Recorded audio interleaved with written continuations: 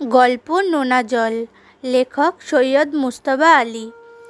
সেই গোয়ালন্দ চাঁদপুরি জাহাজ, 30 বছর ধরে এর সঙ্গে আমার চেনাশোনা।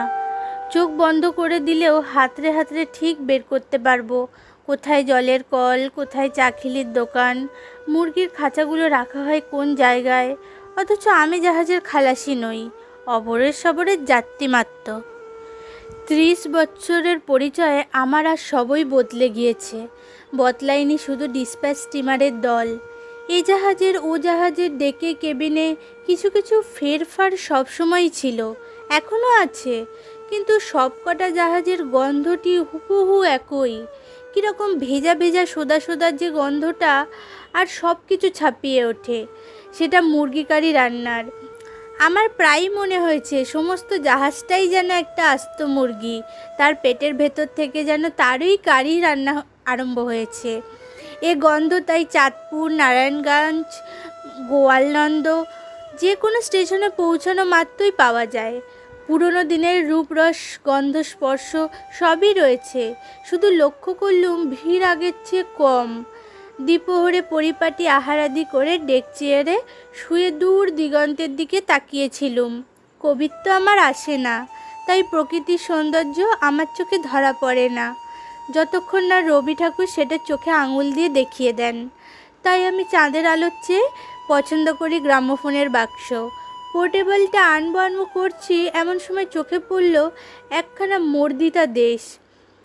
মালিক না আসা পর্যন্ত তিনি যদি পরহস্তে কিঞ্চিৎ ভ্রষ্টাও হয়ে যান, তার স্বামী বিশেষ বিরক্ত হবেন না নিশ্চয়ই।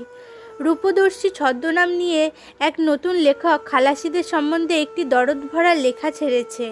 ছোকরার পেটে এলেম আছে, নইলে এতখানি কথা গুছিয়ে লিখলো কি করে? আর এত সব কেচ্ছা কাহিনী বা জোগাড় করলো কোথা থেকে? আমি তো একখানা ছুটির আর্জি লিখতে গেলেই হিমশিম খেয়ে যাই।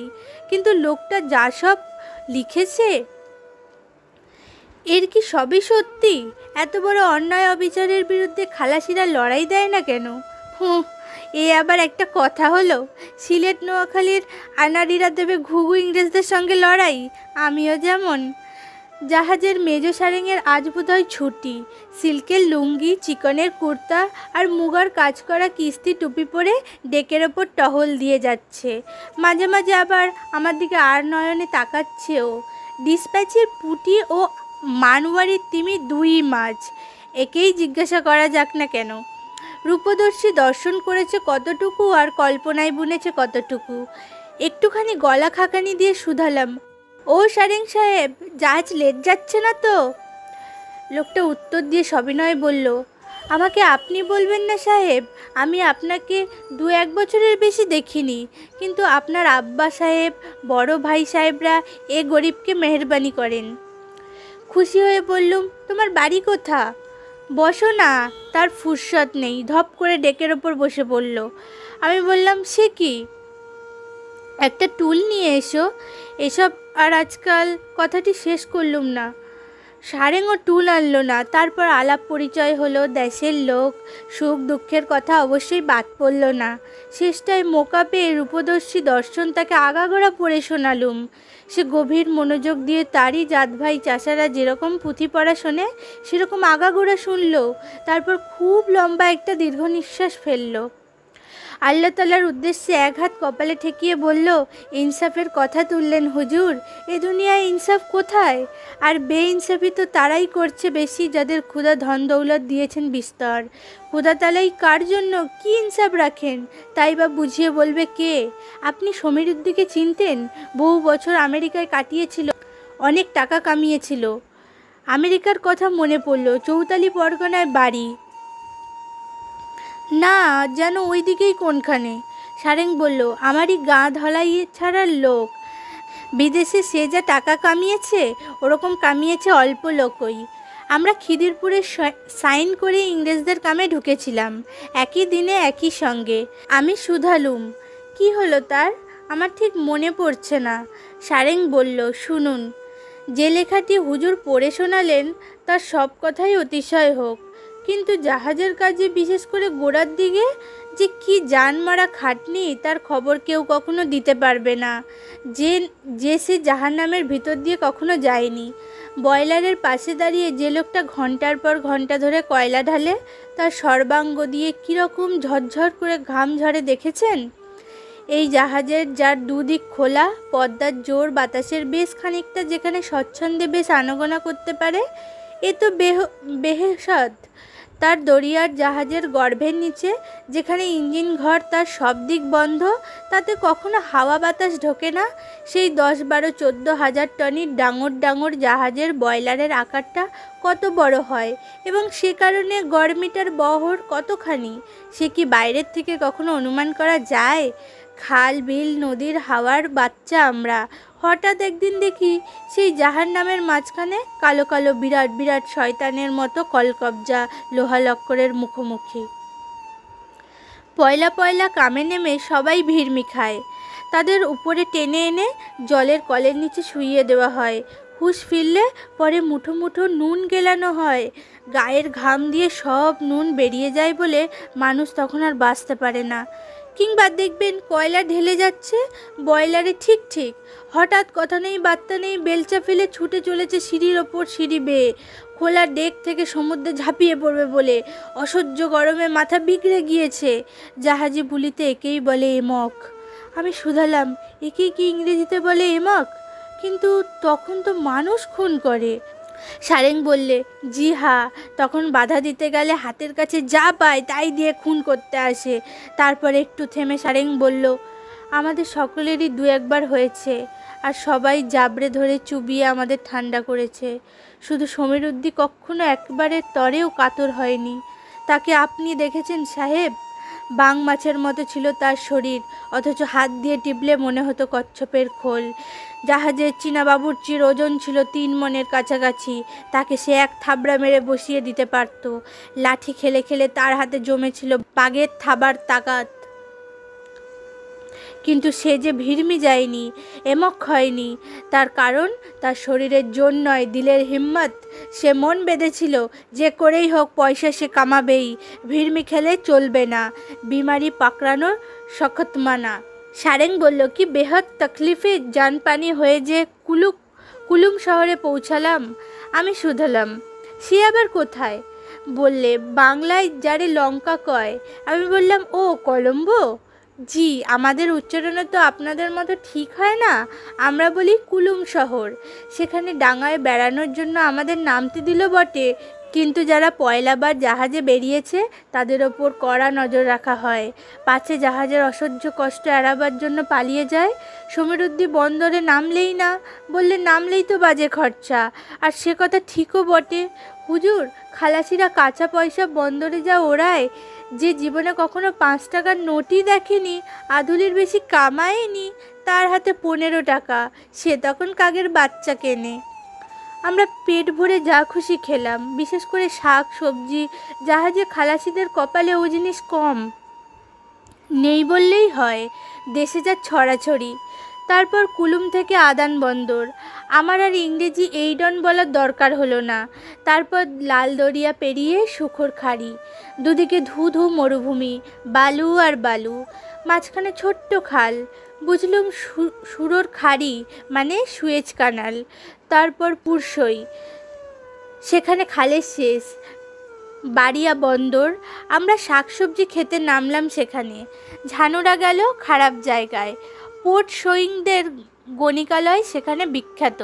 দেখলুম সারেংয়ের পো সে খবরটি রাখে। পুরসই থেকে মার্শাই, মার্শাই থেকে হামবুর্গ, জার্মানির মুলুকে।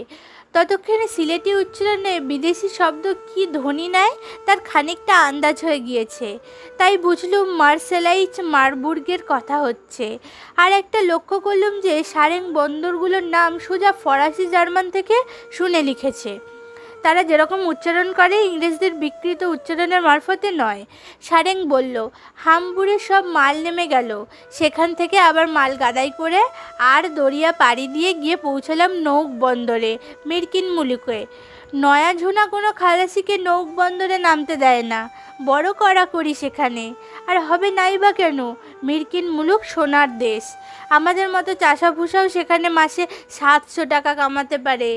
আমাদের চেয়েও কালা, একদম মিশিমিশি আদমিও সেখানে তার চেয়েও বেশি কামায়। খালাসিদের নামতে দিলে সব কটা ভেগে গিয়ে তামাম মুলুকে ছড়িয়ে পড়ে প্রাণ ভরে টাকা কামাবে, তাতে নাকি মিরকিন মজুরদের জবর লোকসান হয়। তাই আমরা হয়ে রইলাম জাহাজে বন্দি। নৌক পৌঁছানোর 3 দিন আগে থেকে সমীরুদ্দির করল শক্ত পেটের অসুখ। আমরা আর 5 জন ব্যামোর ভান করে হামেশাই কাজে ফাঁকি দেবার চেষ্টা করতাম, কিন্তু সমীরুদ্দি 1 ঘন্টার তরেও কোনো প্রকারের গাফিলি করেনি বলে ডাক্তার তাকে শুয়ে থাকার হুকুম দিলে। নৌক পৌঁছানোর দিন সন্ধ্যাবেলা সমীরুদ্দি আমাকে ডেকে পাঠিয়ে কসম কিরে খাইয়ে কানে কানে বললে সে জাহাজ থেকে পালাবে, তারপর কি কৌশলে পারে পৌঁছবে তার ব্যবস্থাও সে আমায় ভালো করে বুঝিয়ে বললে।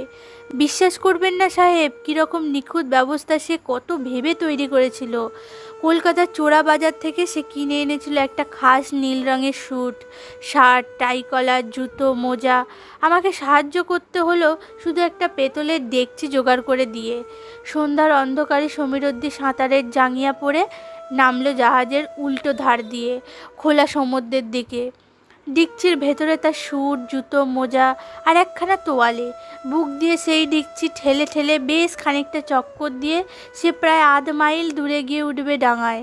পাড়ে উঠে তোয়ালে দিয়ে গা মুছে জাঙ্গিয়া ডেকচি জলে ডুবিয়ে দিয়ে শীষ দিতে দিতে চলে যাবে শহরের ভিতর। শেষ না হওয়া পর্যন্ত সেখানে গা ঢাকা দিয়ে থাকবে কয়েকদিন। তারপর দাড়ি গোঁফ কামিয়ে চলে যাবে নৌক থেকে বহু দূরে, যেখানে সিলেটিরা কাঁচা পয়সা কামায়। পালিয়ে ডাঙায় উঠতে পুলিশের হাতে ধরা পড়ে যাওয়ার যে ভয় ছিল তার নয়। সেখানে আমাদের এক সিলেটি ভাইকে সে খবর দিয়ে রেখেছিল হামবুর থেকে। পুলিশের খোঁজাখুঁজি, কিন্তু একবার ছুট্টি পরে রাস্তায় নামতে পারলে পুলিশ দেখলেও ভাববে সে নৌক বাসিন্দা, সমুদ্র পাড়ে এসেছিল হাওয়া খেতে। প্লেনটা ঠিক উতরে গেল সাহেব। সমীরুদ্দির জন্য খোঁজ রব উঠল পরের দিন দুপুরবেলা। ততক্ষণে চিড়িয়া যে শুধু উড় গিয়া তা নয়, সে বনের ভিতর বিলকুল উধাও, একদম না পাত্তা।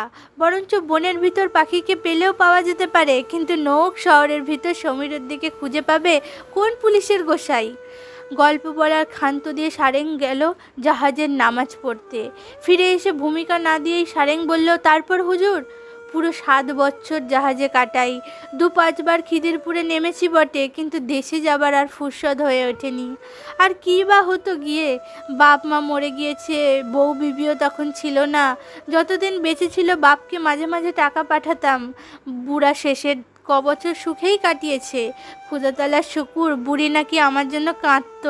তা হুজুর দরিয়ার অথই নোনা পানি যাকে কাতর করতে পারে না, বুড়ির 2 ফোঁটা নোনা জল বলল বটে হক কথা, তবু সারেংয়ের চোখেও 1 ফোঁটা নোনা জল দেখা দিল। সারেং বলে, যাক সে কথা। এ 7 বছর মাঝে মাঝে এর মুখ থেকে ওর মুখ থেকে খবর কিংবা গুজব যাই বলুন শুনেছি। সমীরুদ্দি বহুত পয়সা কামিয়েছে, দেশেও নাকি টাকা পাঠায়। তার আর কি করতে পারে বলুন? তবে সে আস্তানা গেড়ে বসেছে মিরকিন মুলুকে, দেশে ফেরার কোনো মতলবই নেই। তাই নিয়ে আমি আফসোস করিনি, কারণ ক্ষুধাতালা যে কার জন্য কোন মুলুকে দানা পানি রাখেন তার হদিস বাতলাবে কে? তারপর কলঘরের তেলে পিছল মেঝেতে আছাড় খেয়ে ভেঙে গেল আমার পায়ের হাড্ডি। বড় জাহাজের কাম ছেড়ে দিয়ে দেশে ফিরে এসে ঢুকলাম ডিসপ্যাচারের কাজে। এই জাহাজে আমার 2 দিন পরে একদিন খুব ভোরবেলা ফজরের নামাজের উজু করতে যাচ্ছি, এমন সময় তাজ্জুব মেনে দেখি ডেকে বসে রয়েছে সমীরুদ্দি। বুকে জাবড়ে ধরে তাকে বললাম, ভাই সমীরুদ্দি। এক লহমায় আমার মনে পড়ে গেল সমীরুদ্দিকে এককালে আমি আপন ভাইয়ের মতো কতই না পেয়ার করেছি, কিন্তু তাকে হঠাৎ দেখতে পাওয়ার চেয়ে বেশি তাজ্জব লাগলো আমার, সে আমার পেয়ারে কোনো সাড়া দিল না। গাঙের দিকে মুখ করে পাথরের পুতুলের মতো বসে রইল সে। শুধালাম, তোর দেশে ফেরার খবর তো আমি পাইনি। আবার এই জাহাজে করে চলেছিস তুই কোথায়? কলকাতা? কেন, দেশে মন টিকলো না? কোনো কথা কয় না, ফকির দরবেশের মতো বসে রইল ঠায়, তাকিয়ে রইল বাইরের দিকে, যেন আমাকে দেখতেই পায়নি। বুঝলাম কিছু একটা হয়েছে। তখনকার মতো তাকে আর কথা করার চেষ্টা না করে ঠেলে ঠুলে কোনো গতিতে তাকে নিয়ে গেলাম আমার কেবিনে। নাস্তার প্লেট সামনে ধরলাম, আন্ডা ভাজা পরোটা দিয়ে সাজিয়ে। ওই খেতে বড় ভালোবাসতো। কিছু মুখে দিতে চায় না, তবু জোর করে গেলালাম। বাচ্চাহারা মাকে মানুষ যেরকম মুখে খাবার ঠেসে দেয়, কিন্তু হুজুর পরের জন্য অনেক কিছু করা যায়। জানতাক কুরবানি দিয়ে তাকে বাঁচানো যায়, কিন্তু পরের জন্য খাবার গিলি কি করে? সেদিন দুপুরবেলা তাকে কিছুতেই গোয়ালন্দে নামাতে পারলাম না। আমার হুজুর মনে পড়ে গেল বহু বছরের পুরনো কথা। নৌক বন্দরে আমাদের নামতে দেয়নি, তখন সমীরুদ্দি সেখানেই গায়েব হয়েছিল। রাতের অন্ধকারে সমীরুদ্দির মুখ ফুটল, হঠাৎ নিজের থেকেই বলতে আরম্ভ করলো কি ঘটেছে। সারেং দম নেবার জন্য না অন্য কোনো কারণে খানিকক্ষণ চুপ করে রইল, বুঝতে পারলুম না। আমিও কোনো খোঁচা দিলুম না। বললে, তা সে দুঃখের কাহিনী ঠিক ঠিক বলি কি করে সাহেব? কখনো মনে আছে কেবিনের ঘুটঘুটি অন্ধকারে সে আমাকে সব কিছু বলেছিল। একটা কথা সে অন্ধকার ফুটো করে আমার কানে এসে বিঁধছিল, আর অতি অল্প কথাতেই সেসব কিছু সেরে দিয়েছিল। 7 বছরে সে প্রায় 20,000 টাকা পাঠিয়েছিল দেশে তার ছোট ভাইকে। 20,000 টাকা কতখানি হয় তা আমি জানি নে, একসঙ্গে কখনো চোখেও দেখিনি। আমি বললাম, আমিও জানি নে, আমিও দেখিনি। তবে বুঝুন হুজুর, সে টাকা কামাতে হলে কটা জান কুরবানি দিতে হয়। প্রথমে 500 টাকা পাঠিয়ে ভাইকে লিখলে মহাজনের টাকা শোধ দিয়ে বাড়ি ছাড়াতে, তারপরের 1,000 বাড়ির পাশের পতির জমি কেনার জন্য, তারপর আরও অনেক টাকা দিঘি খোদাবার জন্য, তারপর আরও বহুত টাকা শহুরি ঢঙে পাকা চুনকাম করা দেয়ালওয়ালা টাইলের 4খানা বড় ঘরের জন্য, আরও টাকা ধানের জমি, বলদ, গাই, গোয়ালঘর, মড়াই, বাড়ির পিছনের মেয়েদের পুকুর এসব করার জন্য, এবং সর্বশেষে 1,000 টাকা টাঙি ঘরের উল্টো দিকে দিঘির এপারে পাকা মসজিদ বানানোর জন্য। 7 বছর ধরে সমীরুদ্দি মিরকিন মুলুকে অসুরের মতো খেটে 2 শিফট 2.5 শিফটে গতর খাটিয়ে জান পানি করে পয়সা কামিয়েছে। তার প্রত্যেকটি কড়ি হালালের রোজগার, আর আপন খাই খরচার জন্য সে যা পয়সা খরচ করেছে তা দিয়ে মিরকিন মুলুকের ভিখারিরও দিন গুজরান হয় না। সব পয়সা সে ঢেলে দিয়েছে বাড়ি বানানোর জন্য, জমি কেনার জন্য। মিরকিন মুলুকের মানুষ সেরকম চাষবাসের খামার করে, আর ভদ্রলোকের মানুষ ফ্যাশনের বাড়িতে থাকে, সে দেশে ফিরে সেই রকম করবে বলে। ওদিকে ভাই প্রতি চিঠিতে লিখেছে এটা হচ্ছে সেটা হচ্ছে করে করে যেদিন সে খবর পেল মসজিদ তৈরি শেষ হয়েছে, সেই দিন রওনা দিয়েছিল দেশের দিকে। নৌক বন্দরে জাহাজে কাজ পায় আনাড়ি কালা আদমিও বিনা তকলিফে। তার ওপর সমীরুদ্দি হরেক রকম কারখানার কাজ করে করে কলকজ্জা এমনই ভালো শিখে গিয়েছিল যে তারই সার্টিফিকেটের জোরে জাহাজে আরামের চাকরি করে ফিরল খিদিরপুর। সন্ধ্যার সময় জাহাজ থেকে নেমে সোজা চলে গেল শিয়ালদা। সেখানে প্ল্যাটফর্মে রাত কাটিয়ে পরদিন ভোর 4টে মেল ধরে শ্রীমঙ্গল স্টেশনে পৌঁছে রাত 3টে। সেখান থেকে হেঁটে রওনা দিল ধলাই ছাড়ার দিকে। 8 মাইল রাস্তা, ভোর হতে না হতেই বাড়ি পৌঁছে যাবে। রাস্তা থেকে 1.25 মাইল ধান ক্ষেত, তারপর ধলাইছড়া গ্রাম, আলের ওপর দিয়ে গ্রামে পৌঁছতে হয়। বিহানের আলো ফোটবার সঙ্গে সঙ্গে সমীরুদ্দি পৌঁছালো ধান ক্ষেতের মাঝখানে। মসজিদের একটা উঁচু মিনার থাকার কথা ছিল, কারণ মসজিদের নকশাটা সমীরুদ্দিকে করে দিয়েছিল এক মিশরি ইঞ্জিনিয়ার, আর হুজুরও মিশর মুলুকে বহুকাল কাটিয়েছেন। তাদের মসজিদে মিনারের বাহার হুজুর দেখেছেন আমাদের চেয়ে ঢের বেশি। কত দূর দূরান্ত থেকে সে মিনার দেখা যায় সে আপনি জানেন, আমিও জানি, সমীরুদ্দিও জানে। মিনার না দেখতে পেয়ে সমীরুদ্দি আশ্চর্য হয়ে গেল। তারপর ক্রমে ক্রমে এগিয়ে দেখে কোথায় দিঘি, কোথায় টাঙালে টাঙি ঘর। আমি আশ্চর্য হয়ে শুধালাম, সে কি কথা? সারেং যেন আমার প্রশ্ন শুনতেই পায়নি, আচ্ছন্নের মতো বলে যেতে লাগলো, কিচ্ছু না, কিচ্ছু না। সেই পুরনো ভাঙা খড়ের ঘর আরও পুরনো হয়ে গিয়েছে। যেদিন সে বাড়ি ছেড়েছিল সেই দিন ঘরটা ছিল 4টে বাঁশের ঠেকনায় খাড়া, আজ দেখে 6টা ঠেকনা। তবে কি ছোট ভাই বাড়ি ঘরদোর গাঁয়ের অন্যদিকে বানিয়েছে? কই, তাহলে তো নিশ্চয়ই সে কথা কোনো না কোনো চিঠিতে লিখত। এমন সময় দেখে গায়ের বাসিত মোল্লা। মোল্লাজি আমাদের সবাইকে বড্ড পেয়ার করে। সমীরুদ্দিকে আদর করে বুকে জড়িয়ে ধরলেন। প্রথম তাই তিনিও কিছু বলতে চাননি, পরে সমীরুদ্দির চাপে পড়ে সেই ধান ক্ষেতের মধ্যিখানে তাকে খবরটা দিলেন তার ভাই সব টাকা ফুঁকে দিয়েছে। গোড়ার দিকে শ্রীমঙ্গল, কুলাউড়া, মৌলভীবাজারের শেষের দিকে কলকাতায় ঘোড়া, মেয়ে মানুষ, আরও কত কি। আমি থাকতে না পেরে বললুম, বলো কি সারেং, এরকম ঘা মানুষ কি সইতে পারে? কিন্তু বলো দেখিনি, গায়ের কেউ তাকে চিঠি লিখে খবরটা দিলে না কেন? সারেং বলল, তারাই বা জানবে কি করে সমীরুদ্দি কেন টাকা পাঠাচ্ছে? সমীরুদ্দির ভাই ওদের বলেছে বড় ভাই বিদেশে লাখ লাখ টাকা কামায়, আমাকে ফুর্তির জন্য তারই কিছু পাঠায়। সমীরুদ্দির চিঠিও সে কাউকে দিয়ে পড়ায়নি। সমীরুদ্দি নিজে আমারই মতো লিখতে পড়তে জানে না, কিন্তু হারামজাদা ভাইটাকে পাঠশালায় পাঠিয়ে লেখাপড়া শিখিয়েছিল। তবু মোল্লাজি তার গায়ের 5 জন তার টাকা ওড়াবার বহর দেখে তাকে বাড়ি ঘরদোর বাঁধতে, জমি খামার কিনতে উপদেশ দিয়েছিল। সে নাকি উত্তরে বলেছিল, বড় ভাই বিয়ে শাদি করে মিরকিন মুলুকে গেরস্তালি পেতেছে, এদেশে আর ফিরবে না, আর যদি ফেরেই বা সঙ্গে নিয়ে আসবে লাখ টাকা, 3 দিনের ভিতর 10খানা বাড়ি হাঁকিয়ে দেবে। আমি বললাম, উফ কি পাষণ্ড। তারপর সারেং বলল, সমীরুদ্দি তার গায়ের ভিতর ঢোকেনি, সেই ধান ক্ষেত থেকে উঠে ফিরে গেল আবার শ্রীমঙ্গল স্টেশনে। সমীরুদ্দি আমাকে বলেনি, কিন্তু মোল্লাজি নিশ্চয়ই তাকে নিজের বাড়িতে নিয়ে যাবার জন্য পিড়াপিড়ি করেছিল, কিন্তু সে ফেরেনি, শুধু বলেছিল যেখান থেকে এসেছে সেখানেই আবার ফিরে যাচ্ছে। কলকাতার গাড়ি সেই রাত 8টায়। মোল্লাজি আর গায়ের মুরব্বীরা তার ভাইকে নিয়ে এলো স্টেশনে। টাকা ফুরিয়ে গিয়েছিল বলে সে গায়েই ছিল।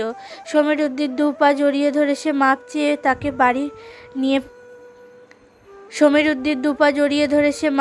তাকে বাড়ি নিয়ে যেতে চাইল। আরও 5 জন বললেন, বাড়ি চল, ফের মিরকিন যাবি তো যাবি, কিন্তু এতদিন পরে দেশে ফিরেছিস, 2 দিন জিরিয়ে যা। আমি বললুম, রাস্কেলটা কোন মুখ নিয়ে ভাইয়ের কাছে এলো সারেং? সারেং বলল, আমিও তাই পুছি, কিন্তু জানেন সাহেব সমীরুদ্দি কী করলে? ভাইকে লাথি মারলে না, কিচ্ছু না, শুধু বললে সে বাড়ি যাবে না। তার পরদিন ভোরবেলা এই জাহাজে তার সঙ্গে দেখা। আপনাকে তো বলেছি, শাহ বন্দরের বারণীর পুতুলের মতো চুপ করে বসে। দম নিয়ে সারেং বলল, অতি অল্প কথায় সমীরুদ্দি আমাকে সব কিছু বলেছিল, কিন্তু হুজুর শেষটায় সে যা আপন মনে বিড়বিড় করে বলেছিল তার মানে আমি ঠিক বুঝে উঠতে পারিনি, তবে কথাগুলো আমার স্পষ্ট মনে আছে। সে বলেছিল ভিখারি স্বপ্নে দেখে সে বড়লোক হয়ে গিয়েছে, তারপর ঘুম ভাঙতেই সে দেখে সে আবার দুনিয়ায়।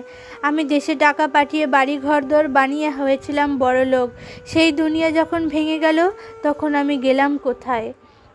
বাস্তব ঘটনা না হয়ে যদি শুধু গল্প হতো তবে এইখানেই শেষ করা যেত, কিন্তু আমি যখন যা শুনেছি তাই লিখেছি।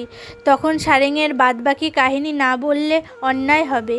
সারেং বলল, 14 বছর হয়ে গিয়েছে, কিন্তু আমার সর্বক্ষণ মনে হয় যেন কাল সাঁঝে সমীরুদ্দি আমার কেবিনের অন্ধকারে তার ছাতির খুন ঝরিয়েছিল। কিন্তু ওই যে ইনসাফ বললেন না হুজুর, তার পাত্তা দেবে কে? সমীরুদ্দি মিরকিন মুলুকে ফিরে গিয়ে 10 বছরে আবার 30,000 টাকা কামায়। এবারে আর ভাইকে টাকা পাঠায়নি। সেই ধন নিয়ে যখন দেশে ফিরেছিল তখন জাহাজেই মারা যায়। ত্রিসংসারে তার আর কেউ ছিল না বলে টাকাটা পৌঁছালো সেই ভাইয়ের কাছে, আবার সে টাকাটা ওড়ালো। ইনসাফ কোথায়?